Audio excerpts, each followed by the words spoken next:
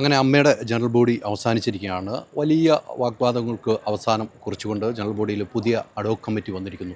അത് നേരത്തെ നമ്മൾ പറഞ്ഞത് 5 അംഗമായിരുന്നു. പക്ഷേ പിന്നീട് വീണ്ടും ചർച്ചകൾ നടന്നു. എന്നുവെച്ചാൽ അത് പ്രഖ്യാപനത്തിന് മുമ്പ് വീണ്ടും ചർച്ചകൾ വന്നു. ഇപ്പോൾ 9 പേരടങ്ങുന്ന കമ്മിറ്റിയാണ് നിലവിൽ വന്നിരിക്കുന്നത്. അതിൽ ഏറ്റവും പ്രധാനപ്പെട്ട കാര്യം രമേഷ് പിഷാരടി ചെയർമാനായിക്കൊണ്ടാണ് ഈ കമ്മിറ്റി നിലവിൽ വന്നത്. രമേഷ് പിഷാരടി ചെയർമാനാകുന്നു.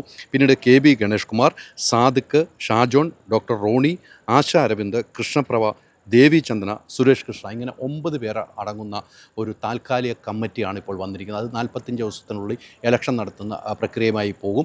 അതിനുശേഷം വേണമെങ്കിൽ ഇവർക്ക് തുടർന്നും പോകാനുള്ള അവകാശമുണ്ട് എന്നാണ് നമുക്ക് മനസ്സിലാക്കാൻ കഴിയുന്നത്. എന്തായാലും ഈ 9 പേര്, നേരത്തെ 5 പേരാണെങ്കിൽ അത് പോരാ, ഇനിയും ആളുകൾ വേണമെന്ന് പറയുന്നു. പക്ഷേ ഈ കമ്മിറ്റിയിൽ നിന്നും, നിലവിൽ പിരിച്ചുവിട്ട കമ്മിറ്റിയിൽ നിന്നും 2 പേര് ഇതിനകത്ത് ഇടം പിടിച്ചിട്ടുണ്ട്. ആ ഇടം പിടിക്കാനുള്ള കാരണം പറയുന്നത് ഡോക്ടർ റോണിയും ആശാരവിന്ദും സഞ്ജീവനി പദ്ധതിയുമായി മുന്നോട്ട് പോകുന്ന ഇവരാണ്. അതുകൊണ്ട് ആ മരുന്നിൻ്റെ പ്രക്രിയ ഒരു കാരണവശാലും മുടങ്ങാൻ പാടില്ല.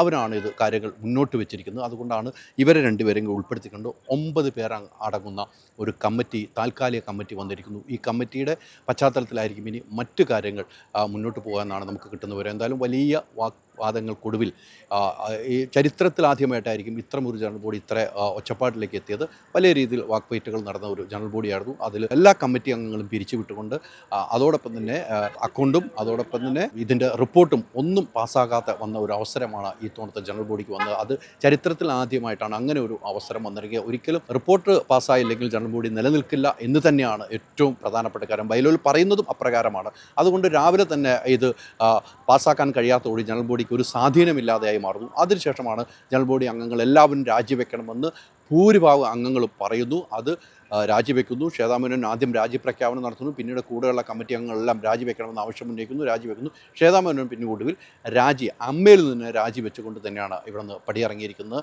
വലിയ രീതിയിൽ വാഗ്വാദങ്ങൾക്കൊടുവിൽ ഇന്നത്തെ ജനറൽ ബോഡി അവസാനിച്ചിരിക്കുന്നു. ഇനി വരും ദിവസങ്ങളിൽ ഈ താൽക്കാലിക കമ്മിറ്റിയുടെ പ്രവർത്തനമാണ്. ആ കമ്മിറ്റിയുടെ പ്രവർത്തനം അനുസരിച്ചായിരിക്കും കാര്യങ്ങൾ മുന്നോട്ട് പോകുക.